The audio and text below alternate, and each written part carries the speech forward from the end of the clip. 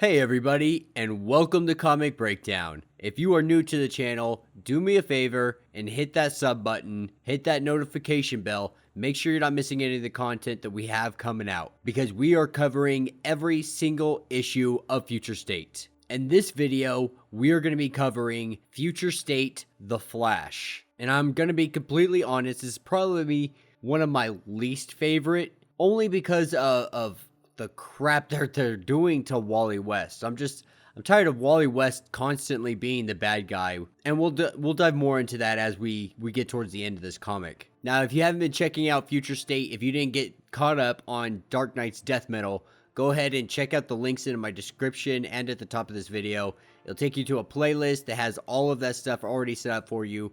Generation Shattered, all that good stuff. And so without further ado, let's dive into this issue. So diving into this issue, we pick up at the castle, Checkmate headquarters. And we have what appears to be the Thinker sitting here working on a global chessboard. And then out of nowhere, through a mirror, comes the Flash family. Barry Allen, Jay Garrick, Max Mercury, and Avery. But they don't have their speed. They're all using weapons that the Flashes have captured from their enemies throughout the years. But even without their speed, the element of surprise gives them the chance to really escalate this situation to where they're thrown off guard and able to subdue everybody, except for the Thinker. And this is when the Thinker reveals that he's not actually the Thinker, but he's actually the Calculator, who just happens to have the thinking cap. And he goes on to say that he subtracted DeVoe. So my guess is that he killed DeVoe and took his thinking cap.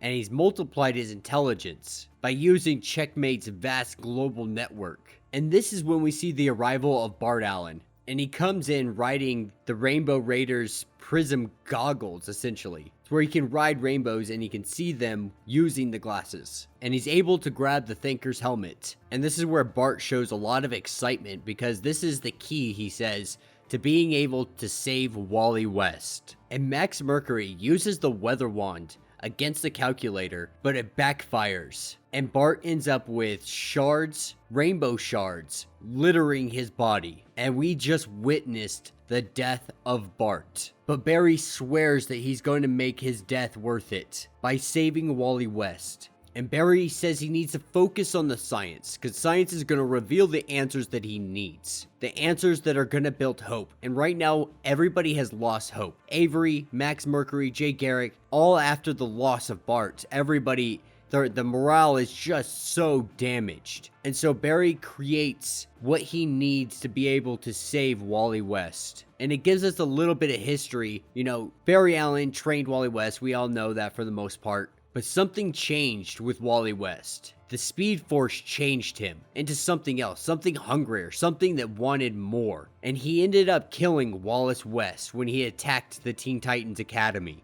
And it's been 5 years since that day, and Barry Allen still has not given up. He's gonna track down Wally West no matter what it takes. And so Barry takes off to Avery's, and arriving here, they all put on these helmets. And this helmet is helping them connect to Wally West. Now, he believes Wally West is still inside. Whatever monster or demon or whatever the case may be that's controlling him, he feels like there's a sign because of the small flash facts that Barry has told him throughout the time. And so he believes that Wally is signaling them with this flash fact, stalling for backup. And so Barry created helmets using the Thinker's cap to be able to connect to Wally West. And they all put on the helmets and dive into Wally's psyche in the Speed Force. And we see Wally West just killing everybody around him. And we learned that he calls himself the Rider of the Apocalypse, famine itself. And that he tried to hold on as long as he could, but then something goes wrong. And Wally West touches Jay Garrick, and Jay Garrick starts to slowly die. And there's nothing anybody could do because they just phase right through him. And whatever's controlling Wally West lets him know that he's been here all along, just couldn't resist letting Wally fuel their despair, stall them until he could feed on them. And just like that, he kills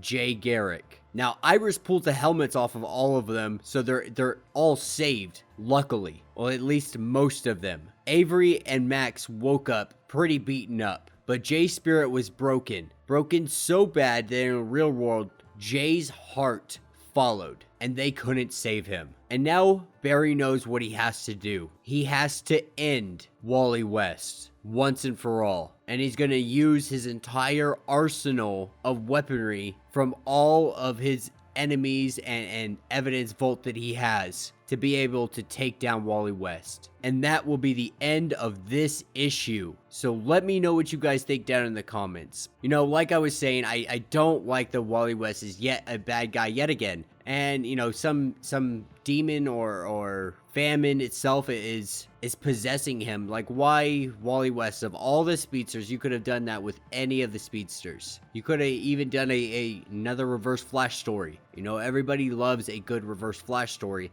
Just stop doing this to Wally West, like, please.